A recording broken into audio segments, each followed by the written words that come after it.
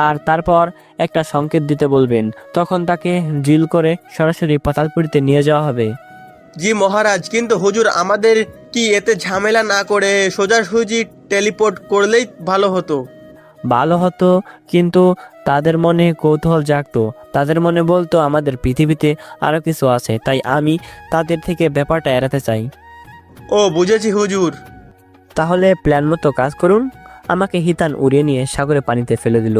সবার আড়ালে চলে গেলাম। অবশ্য উড়াল দেওয়ার আগে আমি লুচিনের মুখে অদ্ভুত একটা হাসি দেখেছি। দেখেই মনে হয় কত শক্তিশালীও। আমি পাতালপুরীর বিজ্ঞানীকে বললাম আমাকে টেলিপোর্ট করে ওনার ল্যাবে নিয়ে যেতে। মাথায় একটা জিনিস আসলো, আগে আসলো না কেন?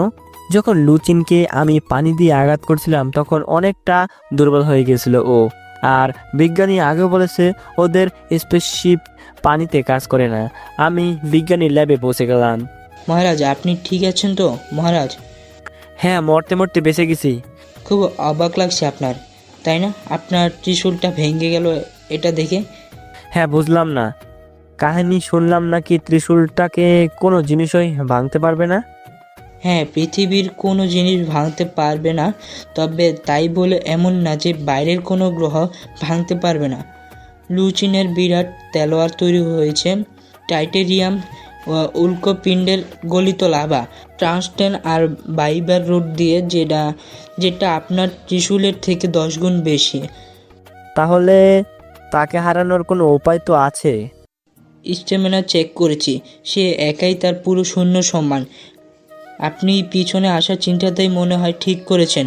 এখন আপনার হাতে ত্রিশূল নেই, মনে হয় না তার মতো কারোর সাথে যুদ্ধে যাওয়ার আপনার পক্ষেও ঠিক। কোনোভাবেই কি তাকে হারানো যাবে না? আপনি আমাদের বাকি সৈন্যদের আনার ব্যবস্থা করুন, সবাইকে পানিতে আসতে বলেন, তারপর এখানে নিয়ে আসুন। পানি থেকে টেলিপোর্ট হলে কখনো জানতেই পারবে না যে আমরা কোথায় গেছি। ঠিক আছে মহারাজ। আমি রেস্ট নিচ্ছিলাম, অনেক গুরুতর আঘাত লেগেছে। অবশ্য বেগুনি রঙের ঔষধটা খাওয়ার পর আবার শরীর আগের মতো হয়ে গেল, কিন্তু ত্রিশূল যে আগের মতো হলো না। দুটো ভেঙে আমার হাতে রয়েছে। বুঝতে পারছি না ত্রিশূল ভাঙার পরও ছোট বড় হচ্ছে দুই টুকরো, হয়তো কিছু আছে, তাই আমি দুটোকে পকেটে রাখলাম। লুচিনের ধ্বংসের নীলা আমি দেখেছি। এতক্ষণে তো আমার সৈন্যরাও এখানে চলে আসছে। দেখে গিয়ে কথা বলে সেনাপতিদের সাথে আমি রুম থেকে বের হতে যাচ্ছিলাম, তখন দেখি বিজ্ঞানী আমার শয়নকক্ষে চলে আসলো দৌড়ে। কি হলো বিজ্ঞানী, এভাবে দৌড়ে আসলেন যে? মহারাজ, আপনার জীবনে ঝুঁকি আছে। কেন, লুচিনের সৈন্য কি আমাদের পাতালপুরিতে চলে আসতে? না মহারাজ, আপনার সেনাপতিরাই এখন আপনাকে মারা চক্রান্ত করছে। কি? হ্যাঁ মহারাজ, আপনার কাছে এখন ত্রিশূল নেই, আর আপনি 3 জনের সাথে এখন যুদ্ধ করলে মোটেও জীবন্ত থাকবেন না, আর রাজ্য 3টা তাদের দখলে চলে যাবে। এত বড় দুঃসাহস তাদের! উত্তেজিত হবেন না মহারাজ, আপনাকে এখনই এখান থেকে যেতে হবে নিরাপদ কোথাও। ঠিক আছে, আমাকে 1 মিনিট ভাবতে দিন। আসলেই এখন আর রাজা হয়ে থাকার কোনো ইচ্ছাই করছে না, আবার নিজের সেনাপতিরাই এখন মারতে চাচ্ছে আমাকে। কি করব বুঝতে পারছি না, মাথায় কিছুই আসছে না। তখনই মনে পড়লো সেই বইয়ের কথা। কেন জানি মনে হলো বইয়ের কথা, সেখানে তো লেখা ছিল যখন কোনো কিছু ভেবে পাবো না কি করব, তখন যেন বইটার কাছে যাই। বিজ্ঞানী, আপনি এক কাজ করুন, মেশিনটার মেইনটেইন করার মেইন রিমোটটা আমাকে দিন। জি মহারাজ, এই নিন। আমি মেশিনটাতে সেলফ ডিস্ট্রাকশন মোড দিয়ে দিলাম। 10 সেকেন্ডের মধ্যেই এটা নিজে নিজেই ব্লাস্ট হয়ে যাবে। আর আমি কল্পনা করলাম রাজস্থান এর সেই মরুভূমিটা যেখান থেকে আমি ত্রিশূলটা পেয়েছিলাম। কল্পনা করলাম সেই দরজার সামনের জায়গাটা, তারপর সুইচে চাপ দিলাম। 2 সেকেন্ড থাকার সময় আমি পৌঁছে গেলাম আবার সেই দরজার সামনে। হাতের রিমোটটা ও আগুন জ্বলে গেল। আমি চাই না কেউ আমার ঠিকানা বের করে আসুক আমাকে মারতে। আরে মহারাজ, হৃদয় টিটান যে। দেখো, আমি তোমার বকবক শুনতে আসিনি। দরজা, এখন একটু চুপ থাকো। দরজা জানে কি হয়েছে, তাই আমার সামনে আর কথা না বলায় শ্রেয় মনে করলো। দরজাটা আবার খুলে দিল সে। আমি ভিতরে গিয়ে বইটাতে হাত দিলাম। আমি বইটা খুললাম। আগেরবার লক ছিল, খুলেনি, কিন্তু এবার হাত দেওয়ার সাথে সাথেই খুলে গেল। ভাবলাম বইটাতে অনেক কিছু লেখা থাকবে। কিন্তু না, কিছুই লেখা নেই। একটা 3D ভিডিওর মতো কিছু একটা চালু হলো, হলোগ্রামের মতো আসলো বইটা থেকে। বুঝতে পারলাম না, এত পুরনো একটা বই, তাহলে এইটা যে টিভির মতো চলছে, এটা চলার শক্তি পাচ্ছে কোথায়? সাথে সাথে একটা শব্দ শুনতে পেলাম। এলিয়েন আক্রমণ করেছে, নিজের ত্রিশূল ভেঙে গেছে, এখন সেনাপতি নিজের উপরে আক্রমণ করতে যাচ্ছে। নিশ্চয়ই আশ্চর্যের বিষয়, আমি কিভাবে জানলাম? হ্যাঁ, আরেকটু আশ্চর্য না হয় তোমাকে, তার আগে আমাকে দেখে নাও। চীনা একটা ভয়েস আসলো 3D ভিডিও থেকে। হঠাৎ সামনে একটা মানুষ আসলো। আমি দেখে নিজে যে কতটা অবাক হলাম সেটা নিজেও জানি না, কারণ আমি আমাকে দেখলাম, আমার সামনে আমি আসলাম, আর সেই আমি বললাম এই কথাটা। কিছুই বুঝলাম না, আমি পুরো অবাক হলাম, কারণ আমার সামনে আমি কথা বলছিলাম। বইটা তো রাজা হারকিউমাসের, তাহলে আমি কিভাবে আসলাম? হয়তো সেই রাজা আমার মতোই দেখতে হবে। দেখি রাজা কি বলে। অবাক হচ্ছ তাই না? কারণ নিজেকেই দেখছো তাই তো? অবাক হওয়ারই কথা। হয়তো ভাবছো রাজা হারকিউমাস দেখতে ঠিক তোমার মতোই। হ্যাঁ, এটাও অবাক করার বিষয়। তুমি যেটা ভাবছো সেটা আমি কিভাবে ভাবছি তাই না? থাক, এত তোমার মাথা ঘুরিয়ে লাভ নেই। তোমার মাথায় যথেষ্ট জ্ঞান আছে এটা বোঝার। হ্যাঁ, প্রথমেই বলে দিই, এখানে টাইম মেশিনের একটা প্রয়োগ আছে। অবাক হচ্ছ টাইম মেশিন নামটা শুনে, তাই না? টেলিপোর্টেশন যন্ত্র যদি থাকতে পারে তাহলে এটা থাকবে না কেন? অবশ্যই বাকি ডিটেলস তোমার এই বইতে লেখা আছে। আমি শুধু তোমাকে চমক দিতে চেয়েছিলাম। বইটা হারিও না। জানি হারাবে না, কারণ আমার থেকে হারায়নি। বইতে যা লিখেছি আমি সেটা ফলো করো, তাহলেই তুমি কাঙ্ক্ষিত লক্ষ্যে পৌঁছাতে পারবে। আমি বললাম ভিডিওটাতে, বুঝলাম না কাঙ্ক্ষিত লক্ষ্যটা কি। আর অবাক করার বিষয় হচ্ছে টাইম মেশিন, কিভাবে এটা সম্ভব? হয়তো বিজ্ঞানের অনেক কিছু আছে যেটা আমার অজানা। আমার মাথায় এবার হালকা কিছু ঢুকেছে, সেটা হলো আমি মহাজাগতিক রাজা হারকিউমাস, কিন্তু আমি তো হৃদয়। এভাবে যদি কোনোদিন আমি পাস্টে চলে যাই, তাহলে আমি কেন আমার নাম চেঞ্জ করব? যাক, সব কিছুর উত্তর আমি পাবো বইতে। তাই পড়তে লাগলাম প্রথম পেজ থেকে। বইয়ের লেখাগুলো এভাবে ছিল। তুমি তো ত্রিশূল ব্যবহার করছোই, আর সেটা ভাঙার পরেই এখানে এসে বইটা পড়তেছো। একটা কথা কি জানো, আমিও এসেছিলাম তোমার মতো এইভাবে। তুমি তো ভাবতে আমি তো তুমি, তাহলে তোমার আগে আমি কিভাবে আসলাম? কথা হচ্ছে সময়চক্র নিয়ে, যেটা সম্পর্কে ভালো ধারণাই তোমার আছে। আমিই তোমার ভবিষ্যৎ, যেটা একবার হয়েছে। আর সেই ভবিষ্যৎ শুধু আমি আমার পুরাতন জীবনের কিছু সাহায্য করতে চাই। তুমি একটু পর যেখানে যাবে, একসময় আমিও গিয়েছিলাম। সব আমার লেখা বইয়ের মতোই চলো, দেখবে সব ঠিকঠাক হয়ে যাবে। এখন সিন্দুকটা সরাও, দেখবে মেঝেতে একটা দরজা পাবে। সেটাই তোমার হাত দিয়ে স্পর্শ করো, দেখবে খুলে একটা সিঁড়ি পাবে। এখন সিঁড়ি বেয়ে নিচে নামতে থাকো, দেখবে একটা বড় রুমে পৌঁছে যাবে। আমি বইটা বন্ধ করে হাতে নিলাম, তারপর সিন্দুকটা সরালাম, তারপর নিচে নামতে থাকলাম। নিচে নেমে পৌঁছে গেলাম বিশাল একটা রুমে। আবারও বইটা পড়তে লাগলাম। এর পাশেই দেখতে পাবে একটা আলনা আছে, যেটা দরজা দিয়ে আটকানো। সেটা হাত দিয়েই খুলে যাবে। তারপর ভেতরে থাকা অস্ত্র আর সুরক্ষার পোশাকটা পরে নাও। পাশে দেখতে পাবে একটা মূল্যবান ধাতুর রকেট আছে। এটা গলায় ঝুলিয়ে রেখো, যেন দূর থেকে সবাই দেখতে পায় সেটা। এখন রুমের মাঝখানে একটা বিশাল গাড়ির মতো কিছু একটা আছে, বোর্ড দিয়ে ঢাকা। সেটাই টাইম মেশিন। টাইম সেট করা আছে। ভেতরে বসে শুধু লাল সুইচটা চাপ দিবা। আমি কথা মতো সবাই করলাম। দেখলাম ভালো কিছুই অস্ত্র রয়েছে, অনেকটা এলিয়েন গানের মতো জিনিস আমার হাতে। তারপর যে পোশাকটা পরেছি, মনে হয় না কোনো গুলি ভেদ করে এই ভিতর দিয়ে যেতে পারবে। অনেকটা দুর্ভেদ্য বানিয়ে দিয়েছে আমাকে। এরপর বিশাল ময়লা কাপড়টা টাইম মেশিন থেকে সরিয়ে নিলাম। টাইম মেশিনটা দেখতে বড়ই অদ্ভুত, দেখে মনে হয় না এটা আমাদের পৃথিবীর মডেল। আমি কিছুই করলাম না। বইয়ের লেখা ছিল শুধু লাল সুইচটা চাপ দিতে, তাই আমি লাল সুইচটাতে চাপ দিলাম। সাথে সাথেই টাইম মেশিনটা চালু হয়ে গেল। টাইম মেশিনটা দেখতে অনেকটা গোল বলের মতো। আমি ভিতর থেকে একটু তো ভয় পেলামই, কারণ আশেপাশে শুধু বড় ঘড়ির কাঁটা দেখতে লাগলাম। এগুলো শুধু নাম করা ছবির সিনে দেখেছি, আর যে সামনে থেকে দেখব সেটা ভাবিনি। আমি শক্ত করে বসে রইলাম, সিট বেল্ট লাগিয়ে বসেছি। সুরক্ষার ব্যাপার স্যাপার তো আছে তাই না? প্রথম টাইম ট্রাভেল বলে কথা।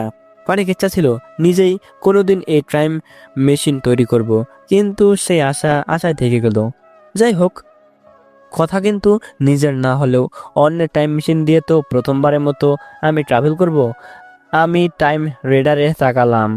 এখন তো 2019, কিন্তু সেখানে আজকের ডেট ঠিক করা, কিন্তু সনটা 1098, মানে শূন্য সনের আরও 1000 সাল আগে যাচ্ছি আমি। মানুষ কি ছিল? আরে থাকবে তো, কিন্তু কেমন হবে তারা? কথা গুহায় থাকবে নাকি ঘর বাড়ি বানানো শিখেছে কি জানি। সব তো ওইখানে যাওয়ার পরেই দেখা যাবে। একটু পরই আমার মাথা ঘোরা শুরু করে দিল। কল্পনা করিনি টাইম ট্রাভেল এত বেদনাদায়ক হবে। বেশিক্ষণ লাগলো না যেতে, পৌঁছে গেলাম ঘন একটা জঙ্গলে। বুঝলাম না কোথায় আছি। যেদিকে চোখ যাচ্ছে শুধু গাছ আর গাছ, চোখ জুড়িয়ে যাচ্ছে এত গাছ দেখে। ভাবতে অবাক লাগছে, আমরা এত সুন্দর পৃথিবীটাকে আরো সুন্দর করার লোভে কি করে ফেলেছি। যেদিকে চোখ যাচ্ছে বনের শেষ নেই। হয়তো প্রাণীরাও এমনই হবে। না, আবার ডাইনোসরের সময় চলে আসলাম। জানি না বইয়ে কি লেখা আছে, দেখতে হবে। অনেক আশ্চর্যের মধ্যে আছো, কারণ আমিও ছিলাম। এখন তোমাকে কিছুই করতে হবে না। তোমার বর্মের পকেটে দেখো, পাবে একটা কম্পাস। এটা ফলো করে যেতে থাকো উত্তর দিকে। আর এই উত্তর দিকে গেলেই দেখতে পাবে একটা পাথর দিয়ে বানানো দেয়াল। সেটার ভিতরে একটা রাজ্য রয়েছে, যেটার রাজাদের আর্কিউমাস বলা হয়ে থাকে। তুমিও ওই রাজ্যে ঢোকার দরজায় গিয়ে দাঁড়াবে। প্রশ্ন থাকতে পারে, যদি তোমার ওপর হামলা করে ওরা, তাই না? হ্যাঁ, তারা প্রথমে গুনে গুনে 5টা তীর ছুড়বে তোমার দিকে, যেটা তোমার বর্মে ঠেকে যাবে। ঠেকে যাওয়ার পরেই তারা অনেকটা অবাক হবে, তোমার কাছে আসবে, তোমার গলায় রকেটটা দেখবে। তারা যা বলে শুধু হ্যাঁ হ্যাঁ করে যাবে, কিন্তু বাকি জিনিস নিজেই বুঝে যাবে। বলে কি আমার শরীরে তীর ছুড়বে? অবশ্য এমনিতেও কিছুই হতো না সেই তীরে, তাও আমাকে এটাই করতে হবে। বাকি কোনো রাস্তা নাই। বইয়ের লেখা জিনিস ফলো না করলে যে আমি লুচিনকে হারাতে পারবো না। কিন্তু শেষমেশে আমাকে কোথায় নিয়ে যাবে জিনিসটা, সেটাই দেখার বিষয়। আমি চলে আসলাম উত্তরে। সত্যি বিশাল একটা রাজ্য দেখলাম। ভিতরে কি জানি না, কিন্তু অনেক উঁচু করে দেয়াল বানানো। যত দূর দেখি শুধু দেখতেই হয়। বিশাল এলাকা নিয়ে রাজ্যটা বানানো। দরজা আছে কোথায় সেটা কিভাবে জানবো? দেখা যাক, হেঁটে দেখি। এক পাশে হাঁটতে লাগলাম, ঠিক তখনই কিন্তু কোথাও কোনো দরজা পেলাম না। এখন পেছনে যাব কেন, সামনেই যাই। হ্যাঁ, সামনেই পেয়ে গেলাম, কিন্তু দেখলাম বড় গেট। সেটার পাহারা দেওয়ার জন্য সেটার উপরে 10 থেকে 12 জন তীর হাতে নিয়ে দাঁড়িয়ে আছে। যা হবে কপালে। আমি সাহস নিয়ে দেখি সামনে আগাতে থাকলাম। ঠিকই তারা গুনে গুনে 5টা তীর মারলো। তবে দেখলাম আমার পরা বর্মে দেখে সেগুলো নিচে পড়ে যাচ্ছে। ভালোই লাগলো, আমি তো সুপারম্যান হয়ে গেছি। শুধু এখন যদি নিজেই উঠতে পারতাম তাহলে কতই না ভালো হতো, কিন্তু সেটা সম্ভব হবে কিনা জানি না। দেখলাম দূর থেকে তারা থেমে গেছে, বুঝলাম না কি হবে, কিন্তু বয়ে তো আছে। এখনই তারাই আমার কাছে আসবে, এসে কি করবে জানি না। যদি বন্দি করে রাখে আমাকে, অবশ্য এরা সবাই মানুষ, এদের থেকে তো আর আমার ভয় নাই, কারণ আমার শরীরে তো জিনদের শক্তি রয়েছে। একটু পরই দেখতে পেলাম বিশাল কাঠের দরজা ওপর থেকে খুলে যাচ্ছে। ভিতরে অসংখ্য সৈন্য। আমি যা ভেবেছিলাম তার থেকে ভয়ানক।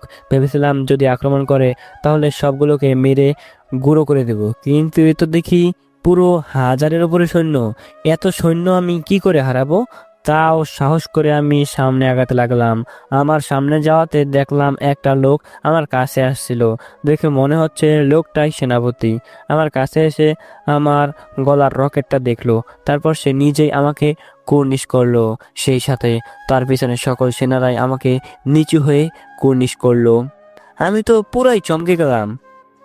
মহারাজ হারকিউমাস, আপনাকে না চিনে আপনার উপরে তীর চালানোর জন্য আমাকে মাফ করবেন। বই লেখা ছিল কোনো কথা না বলতে। প্রশ্ন জাগাইতেছে আমাকে।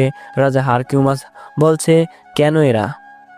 মহারাজ, আমরা আপনার অপেক্ষাতেই ছিলাম, কবে যে আপনি আসবেন আর আমাদের রাজা ছাড়া এই রাজ্যের ভার আপনি নেবেন।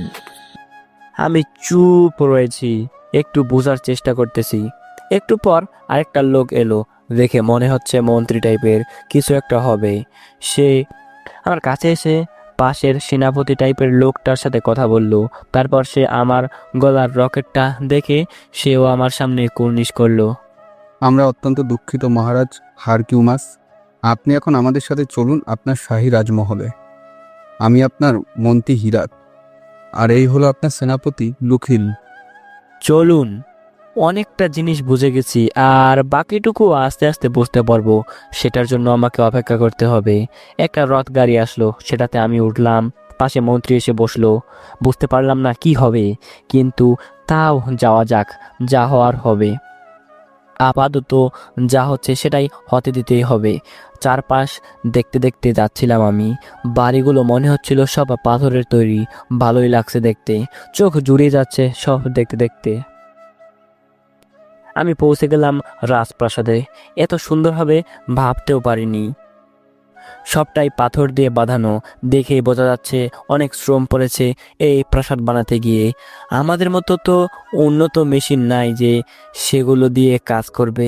আমি রাজপ্রাসাদে চলে গেলাম। ভিতরে আমাকে রাজার দরবারে নিয়ে আসা হলো। দেখলাম এখানে রাজ্যের সব ধরনের গণ্যমান্য মানুষ বসে আছে, এক একজন এক এক বিষয়ে দক্ষ। আমাকে সবার মাঝখানে দাঁড় করিয়ে মন্ত্রী তার আসনে গিয়ে বসলো। দেখলাম রাজার সিংহাসন এখনো ফাঁকা। আমাকে মাঝে রেখে মন্ত্রী বলতে লাগলো, ওনাকে কি রাজা মানতে আপনাদের কারো সমস্যা আছে? হ্যাঁ, আমাদেরও কোনো সমস্যা নাই। মহারাজ, আপনি আপনার আসনে বসুন। সবাই উঠে দাঁড়িয়ে আমাকে কুর্নিশ করলো। আমি আস্তে আস্তে গিয়ে দাঁড়ালাম সিংহাসনের কাছে। তারপর গিয়ে বসলাম। অবাকই লাগছে, কারণ আমি এত সহজে এখানে আবার শাহীভাবে থাকতে পারবো সেটা ভাবিনি। তাও আমি আমাকে ধন্যবাদ দিলাম, কারণ আমি তো একবার এসেছিলাম। যদিও আমি আসিনি, তারপরও সেটা তো এসেছিলাম। রাজ্যের বাকি লোকদের সাথে পরিচিত হলাম। সেনাপতি আর মন্ত্রীর সাথে তো আগে পরিচিত হলাম। আমার সামনে থাকা বাকি 12 জনের সাথে পরিচিত হলাম।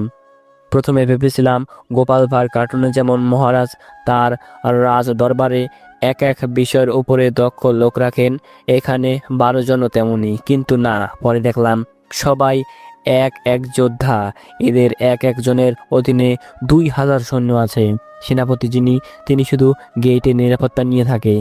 তিনি শুধু 1000 সৈন্যকে নিজের আয়ত্তে রাখে, আর এই 12 জন পুরো 24,000 সৈন্যকে নিজের আয়ত্তে রাখে। আর এদের সৈন্যরা এক একজন বীর যোদ্ধা। যাই হোক, নিজের একটা রাজ্য পেলাম, বিশাল একটা সেনা পেলাম। তবে কি এখানেই থেকে যাব আমি? যারা তো আমাকে বলেছিল রাজা হারকিউমাস নিজে থেকেই উধাও হয়ে গিয়েছিল, তার মানে আমি এখানে অনেক দিন থেকে তারপর আবার ভবিষ্যতে চলে যাব। তবে আমি এখানে কি করতে এসেছি, এমন কিছু তো আছে যেটা আমি নিতে এসেছি। বইটা পরে দেখে যাক। আমি রাজদরবার থেকে চলে আসলাম। মন্ত্রী আমাকে এক এক করে কাহিনী বলতেছেন, আর এক এক করে রুম চিনাচ্ছিলেন। অবশ্য কাহিনীর আগা মাথা শুনে কিছুটা বুঝতে পারলাম, যেটা হলো রাজার যে রানী ছিল তারই গলায় ছিল আমার এই লকেট। যুদ্ধের সময় রানীকে একটা সুরক্ষিত জায়গায় রাখা হয়, কারণ তার পেটে আমাদের রাজার বাচ্চা ছিল, আমাদের ভবিষ্যৎ রাজা ছিল। যুদ্ধে তো আমরা জিতে চাই, কিন্তু আমাদের রাজা গুরুতর আঘাত পায় যুদ্ধে, আর আমাদের রানীর ঠিকানা পেয়ে যায়। তাই তারা হত্যা করে ফেলে তাকে।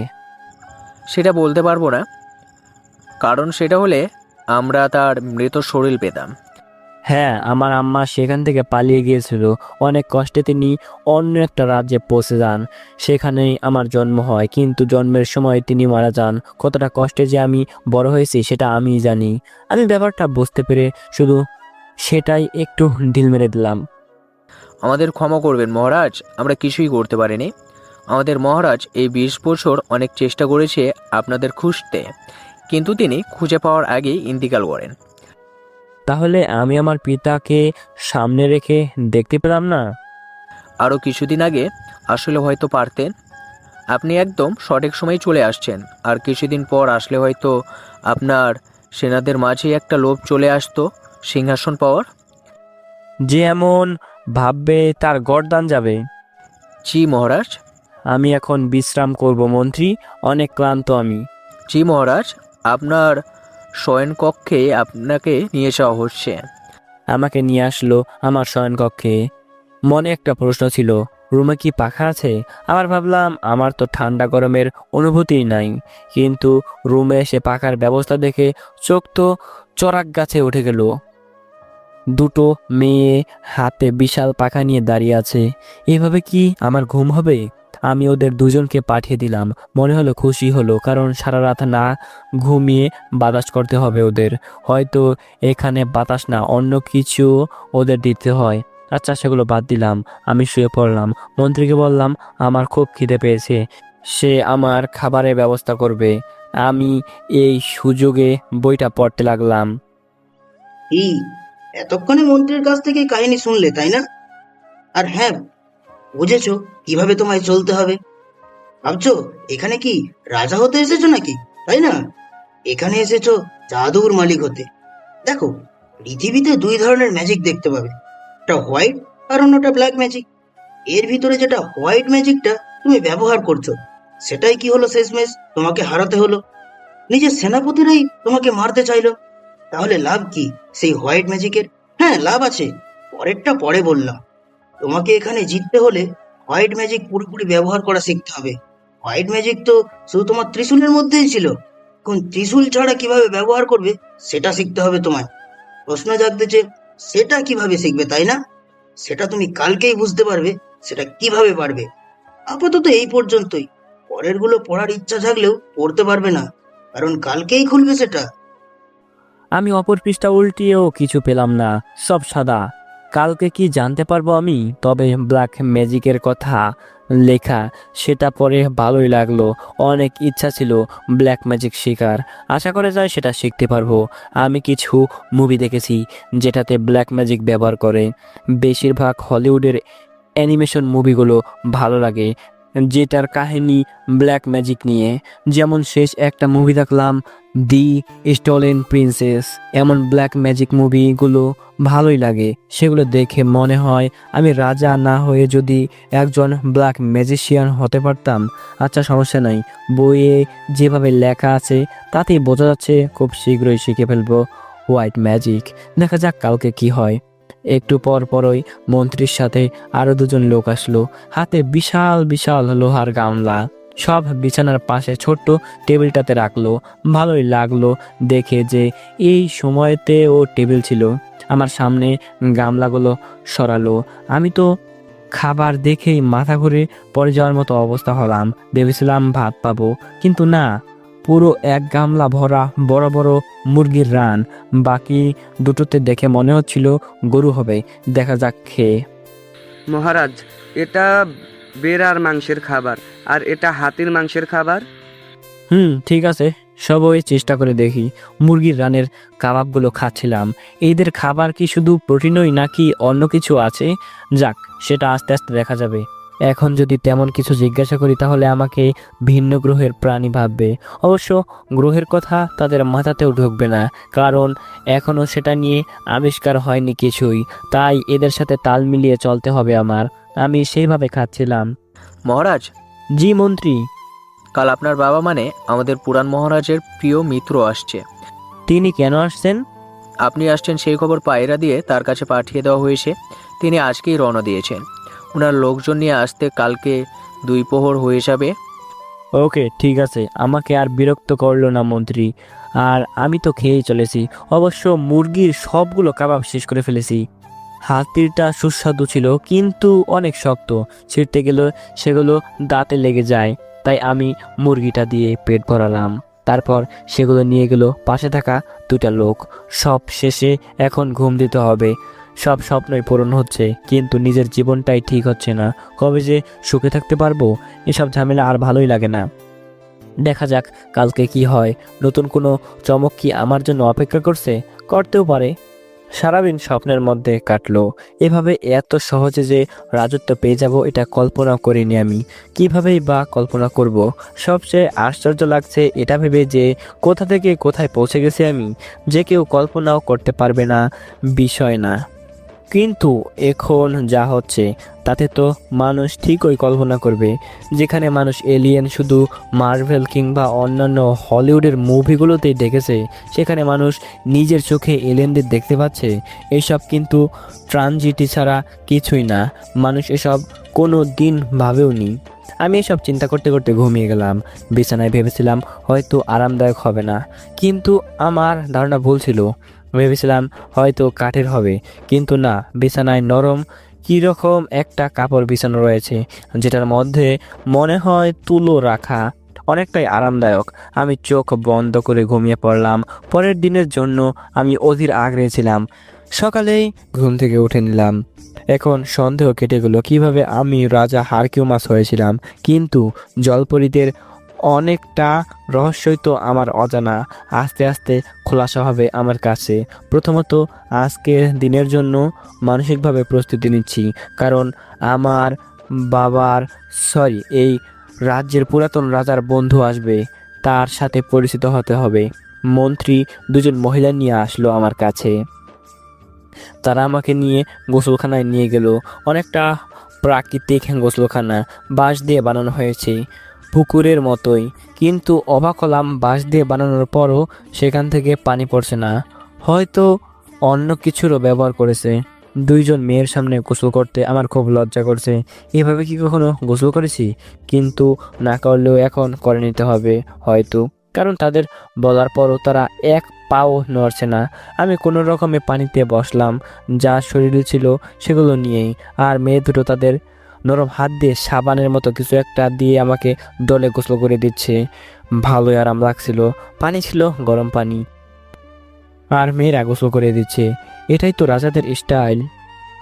ইস, এখন যদি যারা, নীলা আর মোহনা থাকতো, তাহলে কি এমন মজা আমি পেতাম কখনো? ওরা পেতে দিত না। যাক, কোনো রকমে গোসল শেষ করে আমার জন্য আনা শাহী পোশাকটা পরে নিলাম। আর যাই হোক, রাজা বলে কথা, ভাবলাম মন্ত্রী মনে হয় এখন আমার নাস্তার ব্যবস্থা করবে, কারণ অনেক ক্ষুধা লাগছিল। কিন্তু মন্ত্রীর দেখলাম এই বিষয়ে কোনো হদিশই নাই।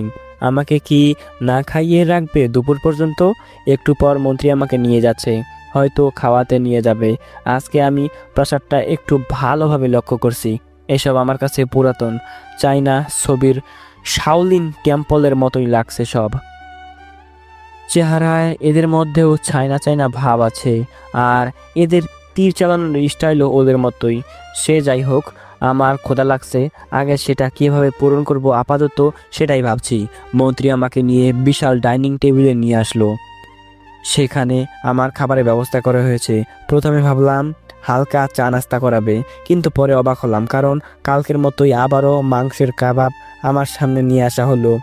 এই হালারা কি শুধু কাবাবই খায় সবসময়? কিন্তু ভালো লাগলো যখন পাশে রুটি দেখতে পেলাম। রুটির চল তো অনেক আগে থেকেই, তাই অবাক হলাম না। তবে ভাত দেখলে হয়তো অবাক হতাম। আমি তো দুটো রুটি খেয়ে কুপকাত হয়ে গেলাম। যে বড় বড় এক একটা রুটি।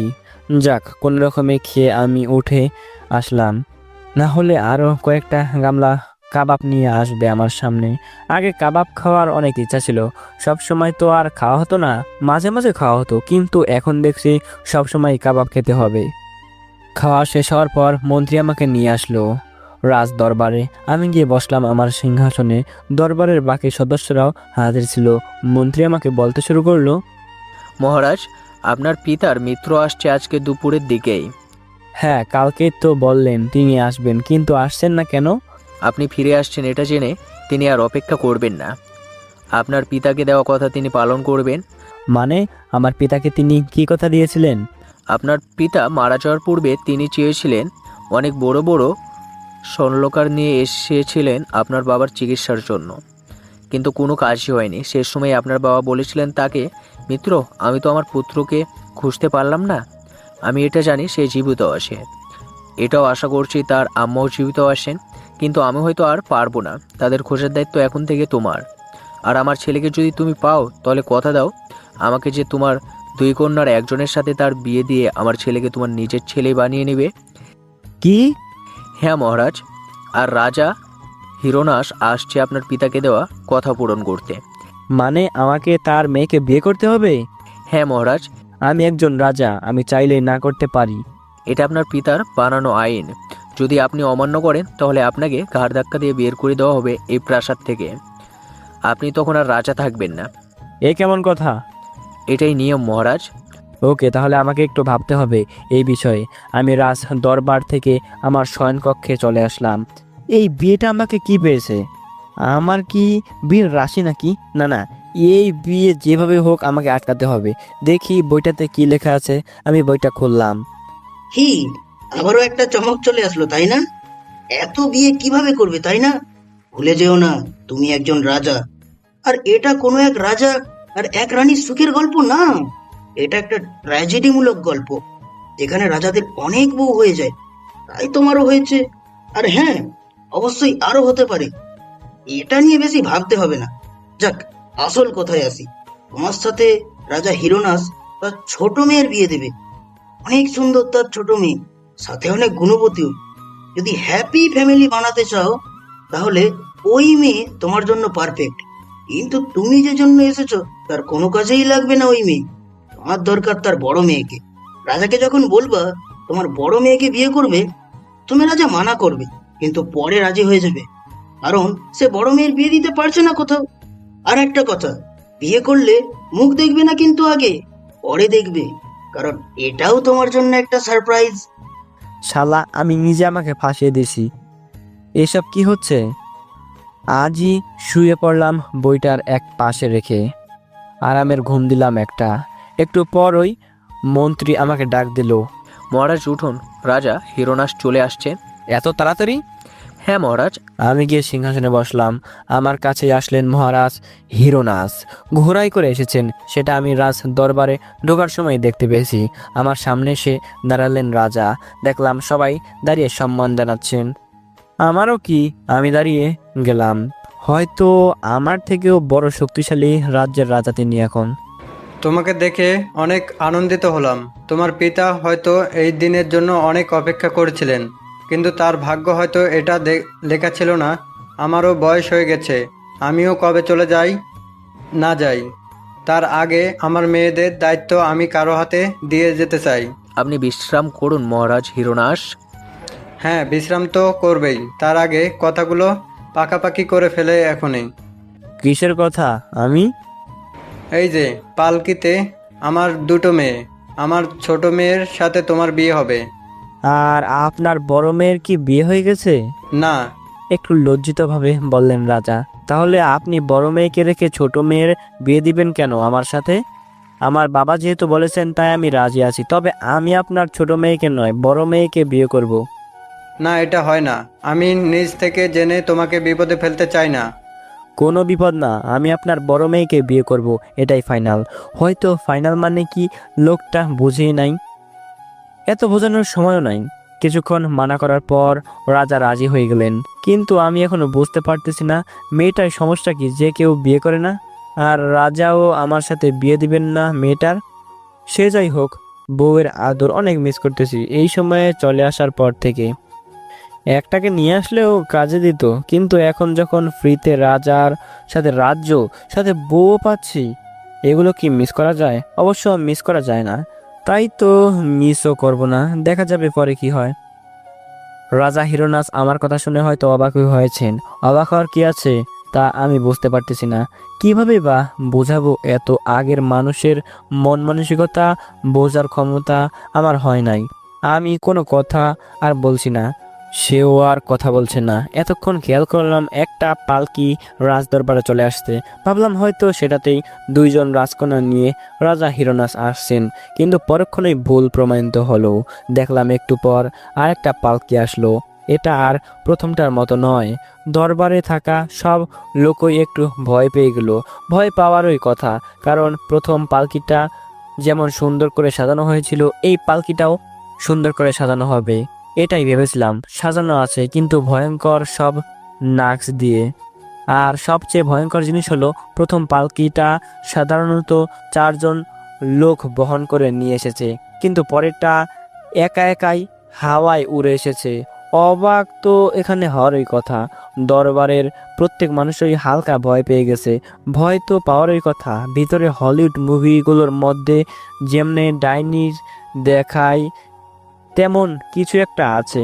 আমি বুঝতে পারলাম ভেতরে যে আছে হয়তো সে জাদুর অধিকারিণী। আর আমার ধারণা যদি ঠিক হয় তাহলে ভেতরে রাজা হিরোনাসের বড় মেয়ে রয়েছে। তো রাজা হারকিউমাস, তুমি মনে হয় হালকা ভয় পেয়ে গেলে। জি না মহারাজ হিরোনাস। আমি এজন্যই তোমাকে মানা করেছিলাম। আমার বড় মেয়ের রাজকুমারী রিদিতার উপরে জাদুকর হিগমার অভিশাপ পড়েছিল, তাই সে জাদুকারণী হয়ে গেছে। ও, রাজকুমারীর নামটা শুনে মনে হালকা আঘাত লাগলো আমার, কারণ আমার নিজের আপন বোনের নামও হৃদিতা। তাই তো তোমাকে আমার ছোট কন্যাকে বিয়ে করতে বলেছি।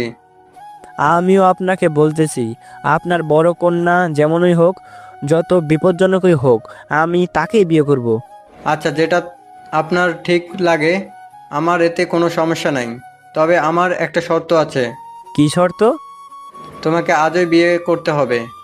কিন্তু মহারাজ, সেটা কিভাবে সম্ভব? আমাদের মহারাজের বিয়ে আজকেই হবে কেন, আয়োজন ছাড়াই? আমিও আয়োজনের মধ্য দিয়ে বিয়ে করাতে চেয়েছিলাম, তবে সেটা করাতে যদি আমার ছোট মেয়ের সাথে বিয়ে হতো। রিদিতা কখন কি করে ফেলে তার ঠিক নেই। তাই তো আজকে যত তাড়াতাড়ি সম্ভব বিয়েটা আমি দিয়ে দিতে চাই। আচ্ছা, আমারও সমস্যা নাই। আমার কৌতূহল একদিক দিয়ে বেড়ে যাচ্ছে, কারণ মনে হচ্ছে জাদুকরণী বউ পাবো।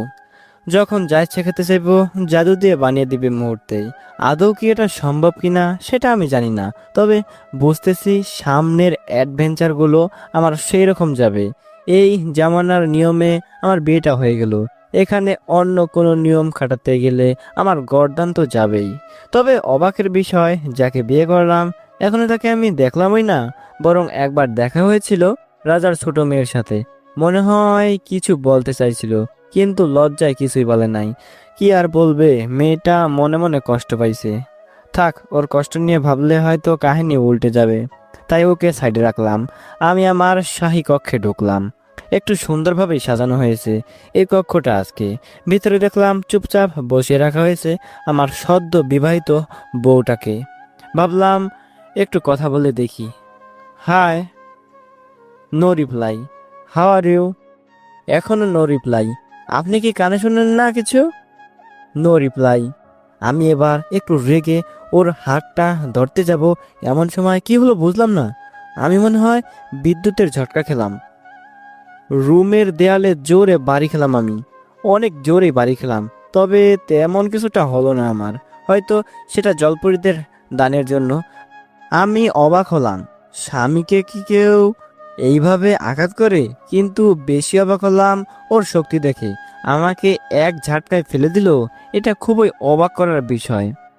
দুঃখ লাগতেছিল, এখনো চেহারাটা দেখতে পারলাম না।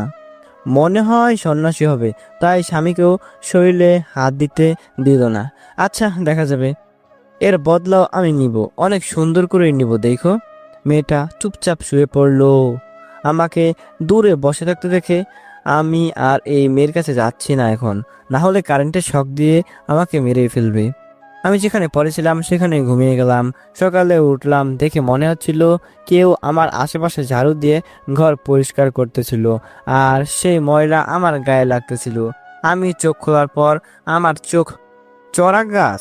দেখলাম ঝাড়ু একটা একাই কাজ করতেছিল, একদম জাদুর সাহায্যে। আমি হাঁ করে তাকিয়েছিলাম, কোনো অদৃশ্য মানুষ আছে কিনা তা পরীক্ষা করার জন্য আমি ঝাড়ু আশেপাশে হাত দিয়ে থাপ্পড় দিতে লাগলাম। একদম বাচ্চার মতো করতেছিলাম, যে কেউ হেসে দিবে এটা দেখলে। এটাই স্বাভাবিক। বিজ্ঞানের জীবনে জাদুকে কয়জনে বিশ্বাস করে? আর সেই জাদু যদি চোখের সামনে ভেসে ওঠে তাহলে তো কৌতূহল বেশি হবেই। আমিও বিজ্ঞানের মাধ্যমে সমাধান করতে চাইলাম, কিন্তু কোনো বিজ্ঞানী এর সমাধান হয়তো দিতে পারবে না। দিলেও শেষে হয়তো বলবে এখানে জিন কিংবা আত্মার হাত রয়েছে। আমি জিনের জাদুগুলো দেখেছি, তাদের জাদুর মধ্যে আশ্চর্যজনক কিছু পাইনি। তাদের জাদু খুব সাধারণ। সাধারণ জাদু আমার ভালো লাগতো না বলে আমি শিখিনি, কিন্তু আমার ব্ল্যাক ম্যাজিক শেখার অনেক ইচ্ছে। তবে একটা প্রশ্নও থাকে, সেটা হলো আমার নতুন বউটা কোন জাদু ব্যবহার করছে। সাদা জাদু হলে কি সে আমার উপরে অ্যাটাক করতো? হয়তো কালো জাদুই হবে। আচ্ছা, সেটা দেখা যাবে। আমি হুমড়ি খেয়ে বউটার কাছে গেলাম। ও যখন বাসর রাতে জাদু দিয়ে আঘাত করে কেমন লাগে এইটার অভিজ্ঞতা তো হয়েই গেল, তাই না? আমার পুরো কনফিডেন্স আছে আমার নিজের ওপর যে বেশিক্ষণ লাগবে না ওটাকে লাইনে আনতে। কি করবা সেটা তো তুমি জানোই। এরপরে তোমার আর এই বইয়ের দরকার পড়বে না। হ্যাঁ, অবশ্য তোমাকে নিজেকেই এই বইটাকে আবার লিখতে হবে। কার অনেক ইচ্ছা, আমার তো কষ্ট করে একটু লেখো, আর 2 মিনিটের মধ্যেই বড়সড় একটা চমক খাবে, এটা আমি বলে যাচ্ছি। আর হ্যাঁ, তোমার প্রশ্ন থাকতে পারে আমি পুরো কাহিনী কেন লিখিনি। সেটা লিখেও কোনো লাভ হবে না, কারণ এখনই তোমার বউ, মানে তো আমারও বউ, তাই না, সে এসে তার জাদু দিয়ে এই বইটাকে নষ্ট করে দিবে। আহ যেটা ভাবলাম সেটাই হলো। আমার হাতের বই মুহূর্তের মধ্যে পুরে ছাই হয়ে গেল। আমি শুধু হাবলার মতো দাঁড়িয়ে রইলাম। পাশ ফিরে তাকালাম, দেখলাম একটা মেয়ে আমার সামনে এসে দাঁড়িয়েছে। মাত্র মনে হয় গোসল করে আসছে। চুলগুলো ভেজা, লম্বায় আমার থেকে 4 ইঞ্চি ছোট হবে মনে হয়। সেটা দেখে আমি হতবাক। আমি কাকে দেখছি? রিদি আমার সামনে। দুজনের নামে যেমন মিল, চেহারাটাও ঠিক একই রকম। আমার মাথা কাজ করতেছে না, এটা কিভাবে সম্ভব? আমি কল্পনা করতেছি না তো। মেয়েটা আমার দিকে চোখ লাল করে তাকিয়ে আছে। এই বই কোথায় পেয়েছেন? মানে এই বই পেয়েছেন কোথায়? ওইটা আমার বাবার বই। আমাকে পাগল পেয়েছেন? ওইটা জাদু দিয়ে বানানো একটা বই। ওইটা আপনার বাবার কাছে কিভাবে আসছিল? কি জানি, ওইটা পড়লে নাকি জাদু শেখা যায়, তাই বাবা কোন জাদুঘরের কাছ থেকে নিয়েছিল। আমার তো অনেক আগে থেকে জাদু শেখার অনেক ইচ্ছা, তাই মন্ত্রী আমাকে দিল বইটা। মূর্খ, এটাও জানেন না জাদুকরের আশীর্বাদ ছাড়া কখনো জাদু শেখা যায় না। আমি তো শুনলাম আপনি একজন জাদুকরিনী, তাহলে আপনি আমাকে আশীর্বাদ দিন। না, কখনো না। এ বিষয়ে কথা না বললে আমি খুশি হব। আর আমি বলে রাখি, আমাকে কখনো বিরক্ত করবেন না। আমাকে আমার মতো থাকতে দিয়েন। ওকে, সমস্যা নাই। আমি সেখান থেকে চলে আসলাম। কিভাবে বউদের সাইজ করতে হয় সেটা আমার ভালো করে জানা আছে। বউদের হিংসা হয় বেশি, আর তারা স্বামীদের ভাগ কাউকে দিতে চায় না। এটা তো একটা চিরন্তন সত্য। তাই তো এখন মিশন রাজার ছোট মেয়ে, একটু লুতুপুতু করতে হবে ছোটটার সাথে। তাই এইটাকে দেখিয়ে দেখিয়ে তাহলেই কাজ শেষ। কাজে নেমে পড়তে হবে আজকে থেকেই। মাঝে মাঝে তো ভয়ই করে মেয়েটাকে দেখলে, গম্ভীর হয়ে বসে থেকে। কারোর সাথে মনে হয় বেশি কথা বলে না মেয়েটা।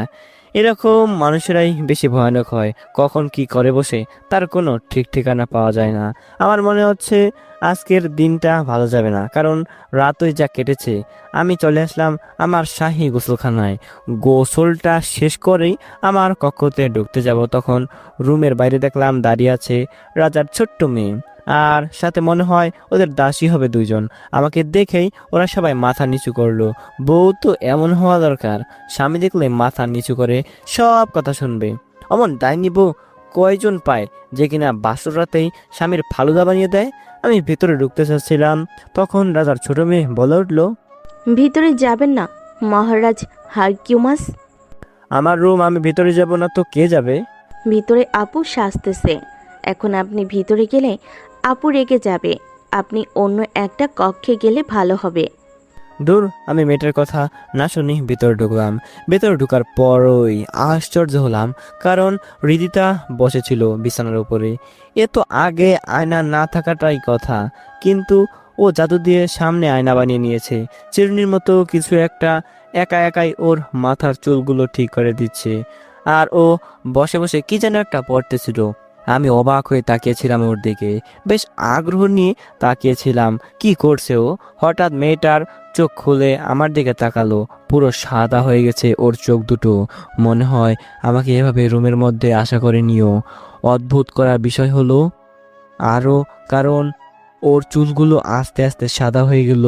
মনে হয় কিছু একটা করেছে ও। সেগুলো হাওয়ায় উঠতে লাগলো। আমি এখন অনেকটা ভয় পেয়ে গেলাম। আমি আর সাহস করে দাঁড়ালাম না, কারণ দাঁড়ালে আমার 12টা বাজিয়ে দিত। আমি দৌড়ে বাইরে আসলাম। কি হয়েছে মহারাজ? আপু কি কিছু করেছে? না, কি করবে? কিছুই করার আগেই আমি চলে আসলাম। ও, আচ্ছা, আপনার নাম কি? রিনিতা। ও আচ্ছা, রিনিতা। বলতে পারবেন আপনার বোনের চোখ আর চুলগুলো সাদা হয়ে গেল কেন? আপু ছোট থেকেই একা থাকতে পছন্দ করেন, কখনো কারোর সঙ্গ পছন্দ করতো না। এমনকি আমি পাশে থাকলেও আমাকে তাড়িয়ে দিত। আর আপু যখন জাদুকরের অভিশাপে অভিশপ্ত হলো, তারপর থেকে বেশি রেগে গেলে আপুর চোখ আর চুল সাদা হয়ে যায়। যাক বাবা, তাহলে অনেকবার বেঁচে গেছি। কিছু বলবেন? না, কিছু বলিনি। আমাদের এখানে থাকা হয়তো ঠিক হবে না। আপু রেগে গেছেন অনেক। হায় রে কপাল, আপনার বাবার কথা মতো আপনাকে বিয়ে করলে ভালো হতো। আপনার মতো মেয়ে কি হয় বলুন? তবে আমার জাদুকরণী অনেক পছন্দ। ভাবতেছি আপনাকে বিয়ে করে আপনাকে আপনার বোনের থেকেও বড় একজন জাদুকরণী বানাবো। আমি অনেকটা জোরে বললাম কথাটা। কি? অবাক হলেন মনে হয়? একজন বউ থাকতে পারে রাজার, এমন তো কোনো কথা না। রাজা চাইলে আরো অনেক বিয়ে করতে পারবে। আর তাছাড়া আপাতত তো আমি আপনাদের অর্ধেক সম্পত্তির মালিক হলাম। আপনাকেও বিয়ে করলে আপনার বাবার পুরো সাম্রাজ্য আমার হবে। সেটা রাজা হব আমি, আর রানী হবেন আপনি। আর আপনার বোন তো একা একা থাকতেই ভালোবাসে, তার জন্য একটা ভয়ানক প্রাসাদ বানিয়ে দিব। মেয়েটা কোনো কথা না বলেই ওর সাথে থাকা দাসী দুটোকে নিয়েও চলে গেল। দেখে বোঝা যায় কত নিষ্পাপ একটা মেয়ে। শালার, কেন যে বইয়ের কথা শুনলাম, মনে হয় আমি মদ খেয়ে লিখেছিলাম বইটা।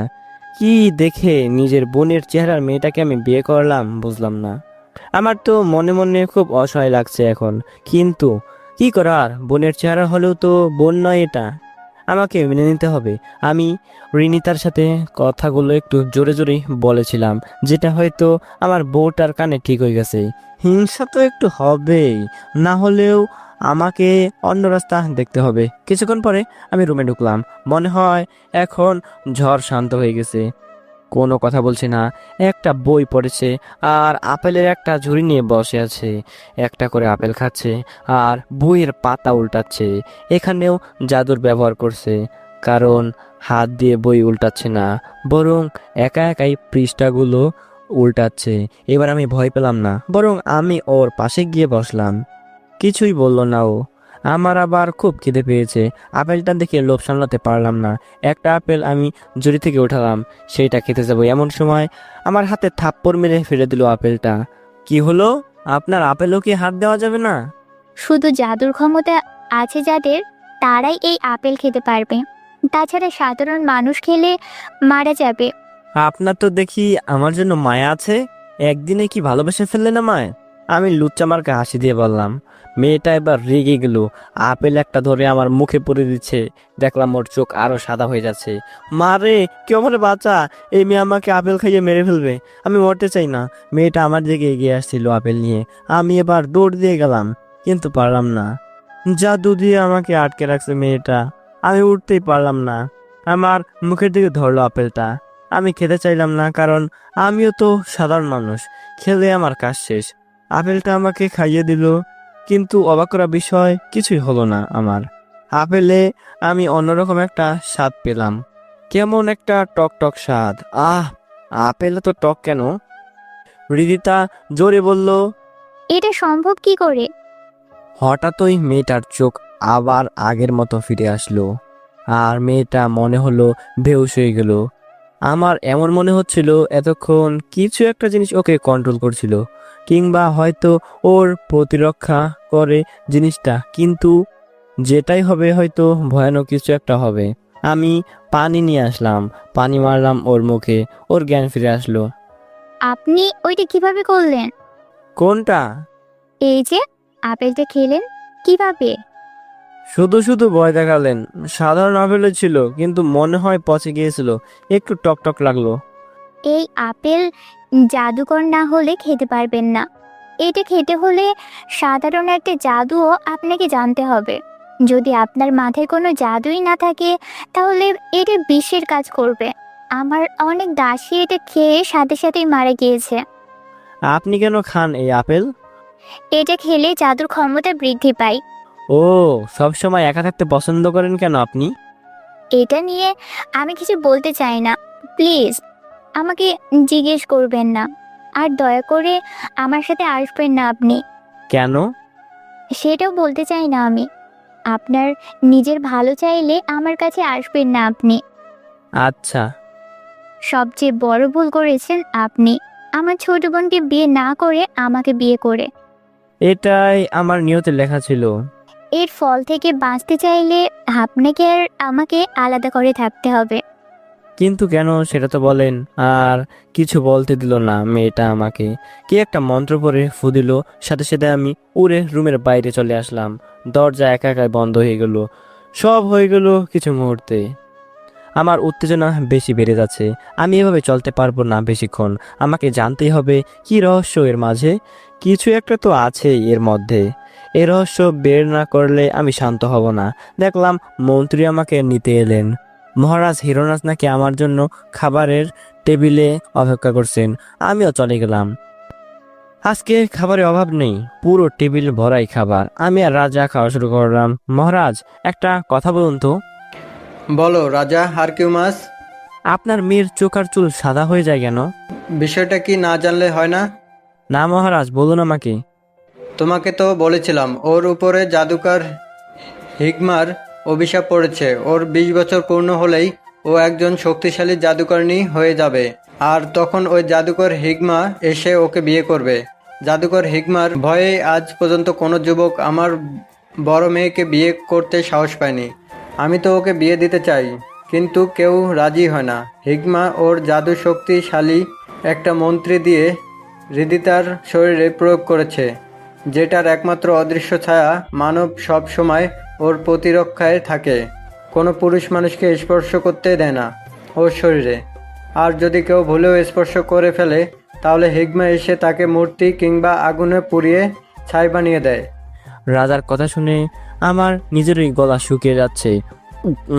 শালার জাদুকর যদি এত শক্তিশালী হয়, তাহলে এইসবের বংশধরগুলোকে কেন দেখলাম আমাদের আমলে?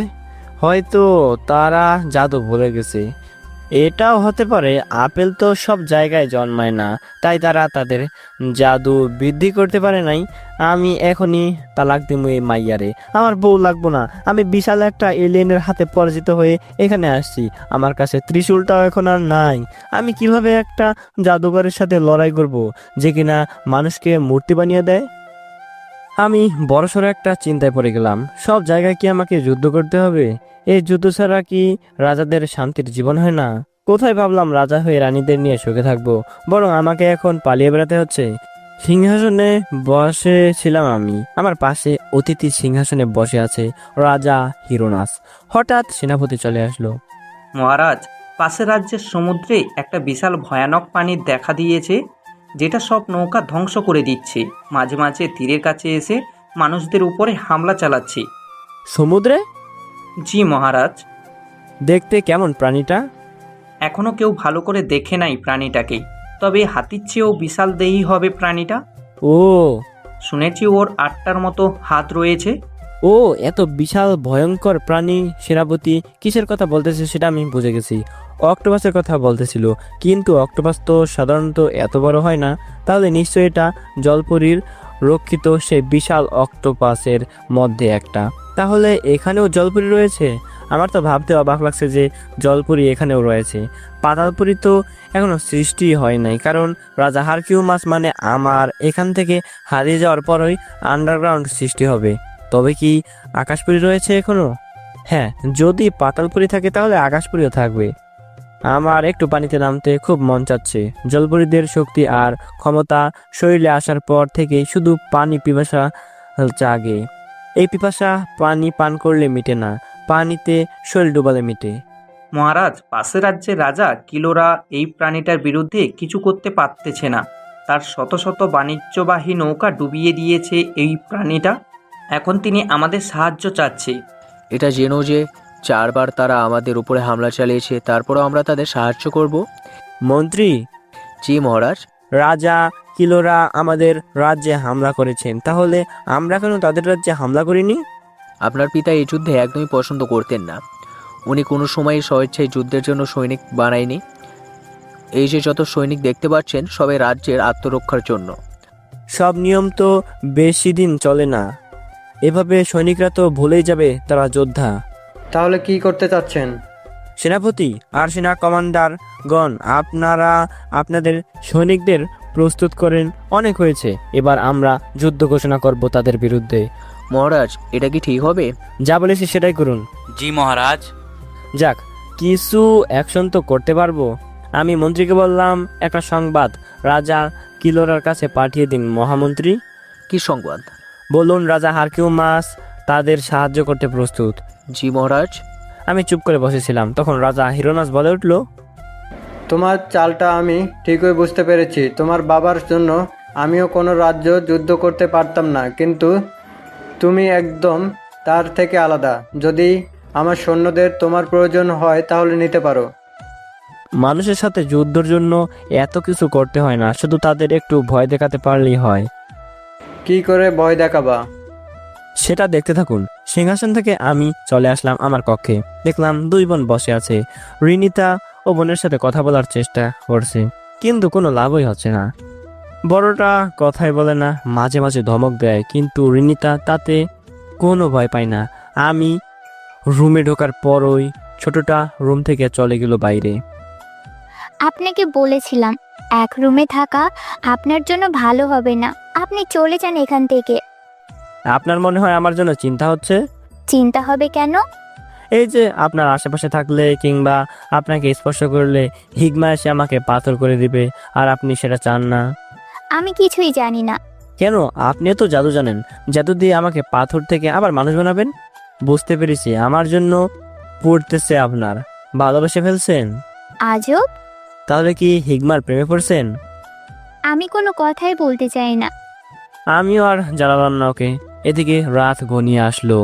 আজকে খুব ইচ্ছে করছে একটু সমুদ্রে নিজের আধিপত্য দেখাতে, কিন্তু আমার কাছে তো ওরার মতো কোনো শক্তি নেই, আর সবার চোখের আড়ালে তো যাওয়া অসম্ভব। কিন্তু যাব কিভাবে? আচ্ছা, আপনার জাদুর ক্ষমতা কেমন? মানে আমাকে উড়িয়ে পাশের সাগরে ফেলতে পারবেন? সাগরে গিয়ে কি করবেন? তার মানে আপনার সে ক্ষমতা নেই, শুধু হালকা পাতলা জিনিস উড়াতে পারেন। কি? যাক, রেগে গেছে। ভাগ্য ভালো পাথরের দেয়াল ভেঙে পাঠায়নি, জানালা দিয়ে উড়িয়ে দিয়েছে। মনে হলো আমি একটা বল আর কেউ আমাকে ছুঁড়ে মারলো। আমি কুচিমুচি হয়ে পড়লাম গিয়ে সমুদ্রের পানিতে। বুঝতে পারলাম অনেক শক্তি আছে তার। আমি ইচ্ছা মতো সাঁতার কাটতেছিলাম, এমন সময় নারী কণ্ঠে শুনতে পেলাম। প্রথমে ভয় পেয়ে গেলাম যে কোনো জলপরি তো আসলো না। পরে দেখলাম কিছু একটা উঠতেছিল, মনে হলো একটা আকাশপরি, কিন্তু ডানা ছাড়া কিভাবে উঠছে মেয়েটা, সেটা আমার মাথায় ঢুকতেছে না কোনোভাবেই। পরক্ষণে দেখলাম মেয়েটা হৃদিতা। ও উঠতে পারে, এটা আগে জানলে ভালোই হতো। চালাকি করে ওকে ধরে আসতে পারতাম এখানে। হুদাই বলের মতো উড়ে এসেছি। মনে হয় এত রাতে আমাকে এভাবে উঠতে দেখে কেউ উড়োজাহাজের মডেল করেছিল, আর সেটাই আমাদের বর্তমান সময়ের প্লেনের মূল নকশা। তাহলে প্লেনের জনক তো আমাকে দেওয়া উচিত ছিল, সেটা কেন দিল না বুঝলামই না। এত দূরে উড়ে আসলেন, তাও কিছুই হলো না আপনার? দেখতে হবে না, জাদুকরিনীর স্বামী আমি। সত্যি করে বলুন তো, আপনি কে? আমি আপনার ভিতরে অন্যরকম কিছু একটা বোধ করি, অনেক শক্তিশালী কিছু একটা বোধ করি, আমি আপনার মধ্যে।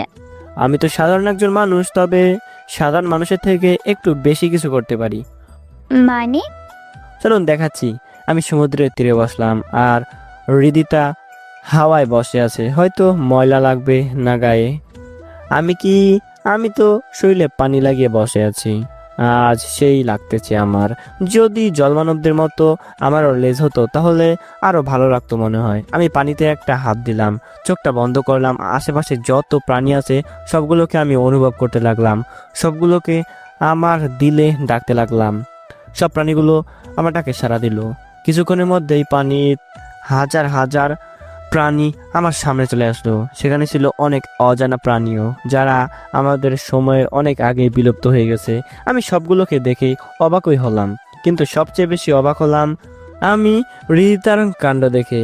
আমি যা দেখেছি তার কিছুই দেখে নাই, এটা বুঝতে পারলাম ওর মুখ দেখে। আগেকার মানুষ দেখবে কি করে? পানির নিচে কি আর এরা কখনো গিয়েছে? এসব কি পানির নিচের প্রাণী? হ্যাঁ, এদের আপনি ডাকলেন কি করে? এটাই আমার ক্ষমতা। আমি বুঝতে পেরেছি আপনি আপেলটা খাওয়ার পরও কিছু হলো না কেন, কারণ আপনিও একজন জাদুকর। আমি আর জাদুকর? হ্যাঁ, পানি জাদুকর। এটা আমি একটা জাদুর বইয়ে পড়েছিলাম। একজন আসবে যে পানির জাদু জানবে। তার মানে আমাকে নিয়ে ভবিষ্যৎ বাণী করা হয়েছিল? হ্যাঁ। আচ্ছা বাদ দিন, এক এক করে পরিচয় করিয়ে দিই এদের সাথে। আমি এক এক করে পরিচয় করিয়ে দিতে লাগলাম। ডলফিনকে দেখিয়ে রিদিতা বলল, এটা কি? এইটা ডলফিন, অনেক বন্ধুসুলভ একটা প্রাণী। জানেন আমরা কি করি এটাকে দিয়ে? কি করেন? আমরা এর উপরে বসে ভ্রমণ করি। আমি বসলাম একটা ডলফিনের উপরে। বসলে কিছু বলে না এরা? কি বলবে? আমি তো এদের রাজা। আপনি বসেন, অনেক মজা পাবেন। না, আমার ভয় করে। জাদুকরিনীর আবার ভয়? রীতিতা একটা ডলফিনের উপরে বসলো, কিন্তু সেখান থেকে পরে গেল কিছুটা ভয়ে। হয়তো মেয়েটা সাঁতার কাটতে জানে না, দেখলাম ডুবে যাচ্ছিল। আমি ধরতে চাইছিলাম না, তাও ধরতে হলো। ধরে আমার পিছনে বসিয়ে দিলাম ওকে। কি হলো, ডুবে যাচ্ছিলেন যে? আমাদের জাদু পানিতে নষ্ট হয়ে যায়। কি? হ্যাঁ, তাই তো আমাকে ধরতে পারলেন। আগে বলবেন তো, তাহলে তো পানির সাম্রাজ্য বানিয়ে দিতাম। মানে? থাক, এত মানে মানে করতে হবে না আপনার। আপনি তো পরে গেলেন, এখন শক্ত করে আমাকে জড়িয়ে ধরেন। আমি দেখাচ্ছি কিভাবে ঘুরতে হয় ডলফিনে। হুম। এই তো মজা। বউ লাইনে চলে আসছে। আর হিগমাকে কিভাবে সারপ্রাইজ করতে হবে বুঝতে পারছি আমি।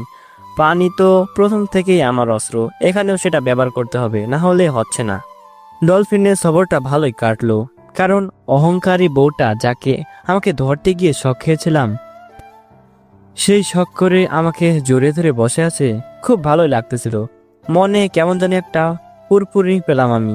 এ কেমন ফুরফুরি বুঝলাম না, তবে চাঁদের নিচে এভাবে ডলফিনের পিঠে বসে সফর করতে বেশি ভালো লাগছিল না। আরও বড় কিছু করতে লাগবে, যেটাই শুধু বসতে না, দাঁড়াতেও পারবো, এমনকি ঘুমাতেও পারবো শুয়ে। এমন কিছু একটা তো মনে হয় তিমি আমাদের দিতে পারবে। আমি ডলফিনে বসা অবস্থায় আমার হাত আবার পানিতে দিয়ে অনুভব করতে লাগলাম আশেপাশে তিমি আছে কিনা। হয়তো এটা তিমির বাচ্চার দেওয়ার সময়, তাই একটাকেও পেলাম না। কিন্তু আজব একটা, আশেপাশে আমি তিমির থেকেও বড় একটা শক্তিশালী কিছু অনুভব করলাম। অনেক শক্তিশালী কিছু একটা। আমি সেটাকে রাখতে চাইলাম, কিন্তু কেন জানি ওর শক্তির সাথে আমি পেরে উঠতে পারলাম না। চোখ খুলতে হলো আমার। আমি একটু নড়ে উঠলাম, আবার চেষ্টা করতে চাইলাম। এবার দেখি এদিকে আসছিল জিনিসটা। আমি ওটার সঠিক আকার ধারণা করতে পারলাম না। জিনিসটা কি হবে আমি বুঝে উঠতে পারলাম না। আপনি প্রাসাদে ফিরে যান। কেন? আপনি যাবেন না? না, কিছু একটা ভয়ানক জিনিস রয়েছে যেটা আমাকে দেখতে হবে। আপনি ফিরে যান। রিদিতাকে আমি ডাঙায় দিয়ে দিলাম।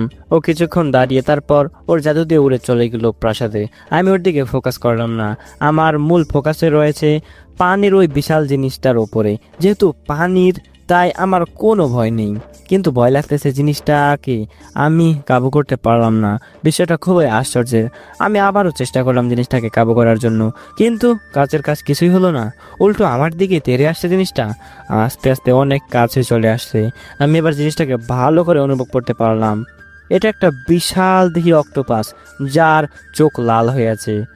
আমার এবার অনেকটা ভয় হতে লাগলো, কারণ সেনাপতি তো এটার কথা বলেছিল।